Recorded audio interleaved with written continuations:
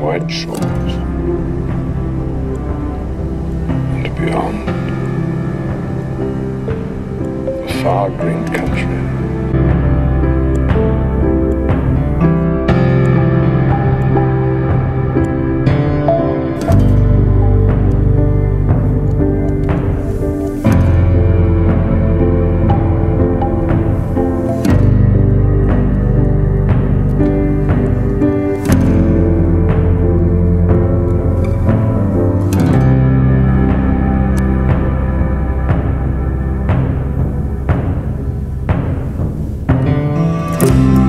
Bagi bangsa manusia di Middle Earth Universe, para penyihir dianggap sebagai makhluk-makhluk sangat terpelajar dan mereka adalah yang udah ngedapetin pencerahan besar mengenai ilmu pengetahuan, seni, sihir, dan yang paling utama dari semuanya, kebijaksanaan.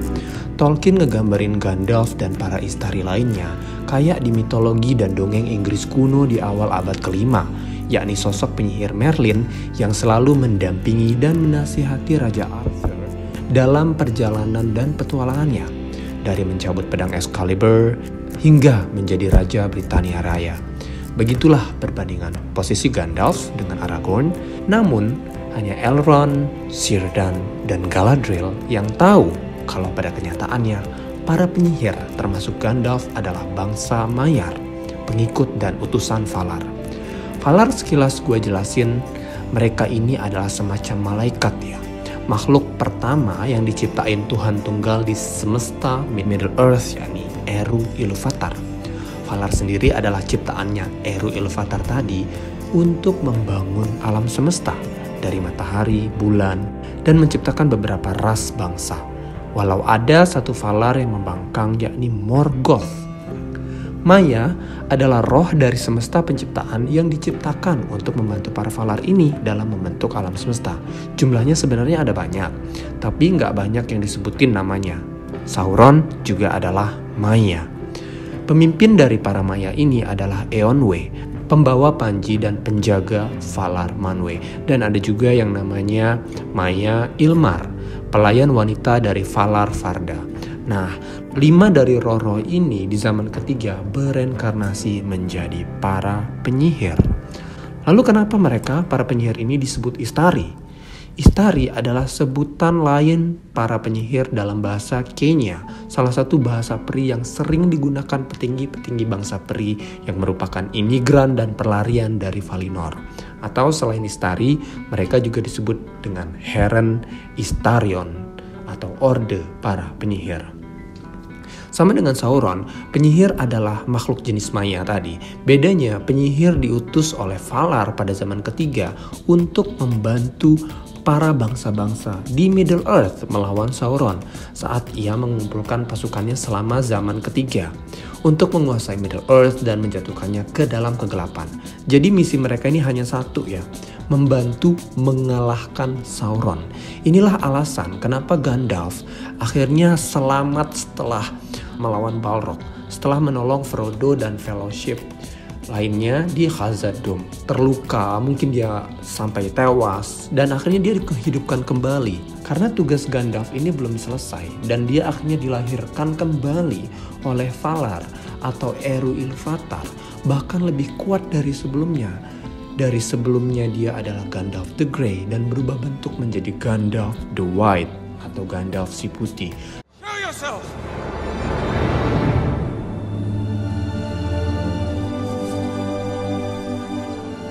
Sedangkan ketika Saruman mati, dia nggak dihidupin kembali. Karena apa? Karena Saruman udah ngehianatin Valar dengan bersekutu dan membantu Sauron menjauh dari tujuan utamanya ketika diutus. Sedangkan Gandalf ketika selesai menyelesaikan tugasnya di Middle Earth dan Sauron kalah, Gandalf akhirnya kembali ke Undying Lands. Jumlah penyihir atau Istari hanya ada 5. Yang pertama bernama Kurumo, seorang Maya dari Valar bernama Aule. Di Middle Earth, Kurumo dikenal sebagai Saruman bagi manusia dan Kurunir bagi bangsa peri. Kemudian yang kedua ada Olorin, seorang Maya dari Valar Manwe dan Valar Varda. Olorin dikenal sebagai Gandalf bagi manusia dan Mithrandir bagi peri. Mithrandir,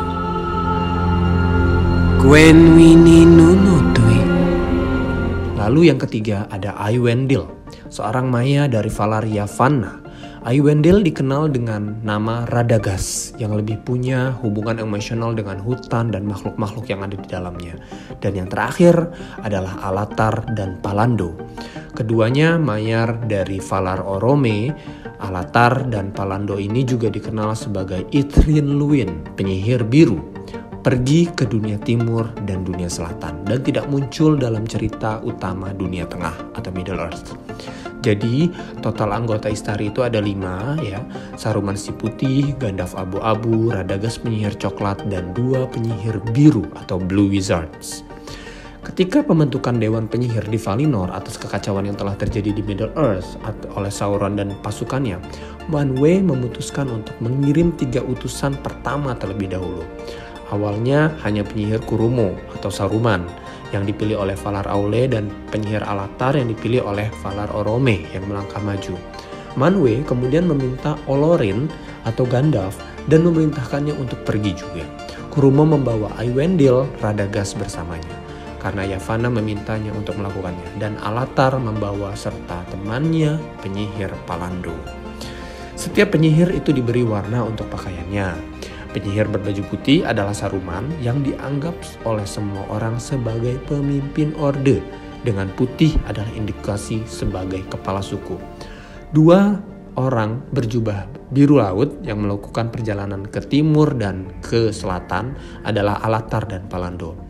Mereka berdua dikenal sebagai penyihir biru, tapi literatur dari kedua penyihir itu sedikit banget nih di literatur Tolkien. Karena Tolkien mungkin fokus terhadap apa yang terjadi di Middle Earth saja. Yang berwarna coklat adalah Radagast dan yang berwarna abu-abu adalah Gandalf. Dan mereka tampaknya adalah yang tertua dan terkecil di Orde Penyihir. Gak ada yang tahu persis apakah warna tersebut memiliki arti khusus mengenai pangkat, kemampuan, atau sifat. Tapi yang jelas yang putih itu yang paling kuat lah ya. Fisik. Para Maya ini bereinkarnasi sebagai penyihir dengan mengenakan tubuh orang tua, membatasi kekuatan mereka sehingga mereka itu nggak hanya akan ngebantuin orang-orang di dunia tengah aja dan nggak mencari dominasi kayak misalnya yang terjadi dengan Sauron yang juga adalah sama-sama Maya.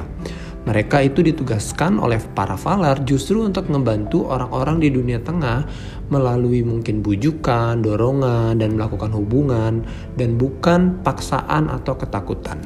Dengan menghuni tubuh manusia ini, mereka itu tetap rentan terhadap semua kelemahan tubuh fisik. Mereka juga merasakan kelaparan, kesakitan, keserakahan, kesedihan, kegembiraan, dan semua jenis emosi dan rasa sakit seperti manusia lainnya. Namun demikian, mereka ini abadi sebenarnya. Mereka itu menua dengan sangat amat lambat. Tubuh mereka itu bisa terbunuh, Gandalf bisa terluka parah kayak duelnya melawan Balrog di Moria, dan hanya melalui campur tangan Ilúvatar lah dia akhirnya dikembalikan ke tubuhnya yang baru sebagai Gandalf the White. Di sisi lain, mereka bisa merasakan emosi fana negatif kayak keserakahan, kecemburuan, dan nafsu akan kekuasaan. Saruman sendiri itu menjadi korban emosi-emosi negatif ini. Dan dalam sebuah esai di buku Unfinished Tales disebutkan bahwa penyihir biru mungkin menjadi mangsa godaan selama perjalanan mereka ke dunia timur dan selatan. Peri Círdan, peri tertinggi bangsa peri Sindar, menyaksikan kedatangan para penyihir di Middle Earth sekitar tahun 1000 pada zaman ketiga. Meskipun ada yang bilang penyihir biru mungkin tiba lebih awal dari itu. Misi mereka hanya satu, menasihati dan membujuk manusia dan peri untuk melawan Sauron, itu aja. Nah, sangat sedikit penduduk dunia tengah yang tahu siapa penyihir itu sebenarnya, karena Istari itu nggak membagikan informasi terkait mereka. Sebagian besar itu percaya kalau mereka adalah satu bangsa dengan peri, atau mungkin manusia yang sangat-sangat bijak. Gandalf sendiri artinya adalah peri tongkat, karena pria yang memberinya julukan itu percaya bahwa dia adalah elf. Saruman awalnya dikaruniai kekuatan terbesar dari 5 Istari dan diangkat menjadi kepala Dewan Putih atau The White Council. Di tahun ketiga, tahun 2759, Saruman diundang oleh penguasa Gondor dan Rohan untuk menetap di Isengard dan menara Orthanc yang gak bisa tertembus. Setibanya di Middle Earth, Saruman mempelajari lebih dalam pengetahuan mengenai cincin kekuasaan. Nah, secara bertahap Saruman menjadi rusak oleh keinginannya terhadap cincin dan pengaruh langsung Sauron padanya melalui Palathir Orthanc. Akhirnya Saruman terjerat dalam kekuatan Sauron dan membantu Sauron dalam perang cincin sampai akhirnya dia dikalahkan oleh para pohon Ent dan Gandalf yang mematahkan tongkatnya dan mengusirnya dari Dewan Putih. Nah, di versi bukunya kematian Saruman itu terjadi di tangan pelayannya Wormtongue di The Shire, bukan di Isengard, dan itu terjadi setelah kehancuran dari The One Ring. Ruhnya itu kemudian hancur oleh hembusan angin dari barat, mirip dengan kehancuran Sauron. Ketika Saruman jatuh ke dalam godaan cincin, dan setelah kekalahan Balrog dari Moria, Gandalf terlahir kembali dan diberi gelar Gandalf the White atau Gandalf si Putih. Gandalf yang semula dinominasikan untuk kepemimpinan Dewan Putih oleh Galadriel mengambil alih kepemimpinan Orde Istari. Dia kemudian mengeluarkan Saruman dari Orde dan melawan Sauron, menasihati pembawa cincin Frodo dan juga membantu Raja baru Gondor yakni Aragorn Elessar. Setelah kekalahan Sauron dan Saruman, Gandalf melakukan perjalanan ke barat melintasi laut dengan para pembawa cincin, mengungkapkan bahwa dia sendiri adalah pembawa cincin Narya, salah satu cincin peri. Sedangkan Radagast, dia tetap setia pada misinya untuk sementara waktu, bahkan melayani Middle Earth dalam waktu yang cukup lama. Dia menginstruksikan burung-burung dalam pelayanannya untuk membantu Saruman dan Gandalf. Namun pada akhirnya Radagast ini dikatakan terlalu terpikat pada binatang, hewan, dan burung, dan akhirnya dia jadi weird gitu dan gagal menyelesaikan misinya untuk fokus melawan Sauron. Penyihir biru yang pergi ke dunia timur dan dunia selatan itu nggak masuk ke kisah-kisah dunia tengah. Kadang-kadang dianggap bahwa para penyihir biru itu juga gagal dalam misi mereka dan jatuh ke dalam godaan yang telah merusak Saruman. Dikatakan juga bahwa kejatuhan mereka itu memunculkan kultus magis di dunia timur dan dunia selatan, karena kita juga nggak terlalu tahu mengenai dunia timur dan dunia selatan. Namun tulisan-tulisan yang lain itu bilang bahwa penyihir biru itu mungkin berhasil dalam misi mereka dan mungkin kemenangan di barat ini, di dunia Middle Earth ini tidak mungkin terjadi tanpa pengaruh dari dunia timur dan dunia selatan. Ordo penyihir akhirnya berakhir dengan tewasnya Sauron, karena itu memang tugasnya mereka. Saruman tewas di Middle Earth dan tidak dihidupkan kembali, sedangkan Gandalf yang tetap setia pada misi Orde meninggalkan dunia tengah pada tahun 3021 setelah kejatuhan Sauron.